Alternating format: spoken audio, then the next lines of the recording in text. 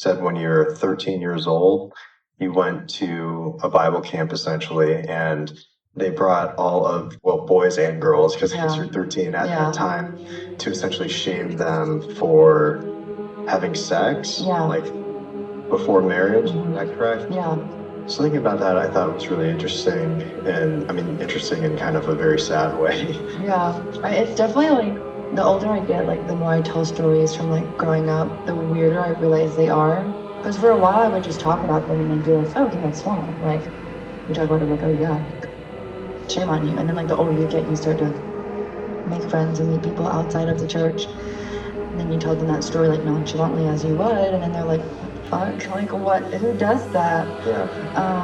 And so yeah, it's with the whole God loves you thing, it's just kind of like throughout my whole childhood and adolescence, it's like God loves you is always a very sinister saying because it always either comes before or right after something that has been like done to you in like a kind of a negative or shameful way. So it's like, you say God loves you and it sounds positive, but in all the lights it's ever been using, it's very like, God loves you. I mean, it's almost, it becomes very ominous. And it's like, you shouldn't do this. God loves you. He wants what's best for you. And like all this, stupid, crazy indoctrination type, brainwashing, whatever you want to call it. It's like, it's always used in just such a sinister manner.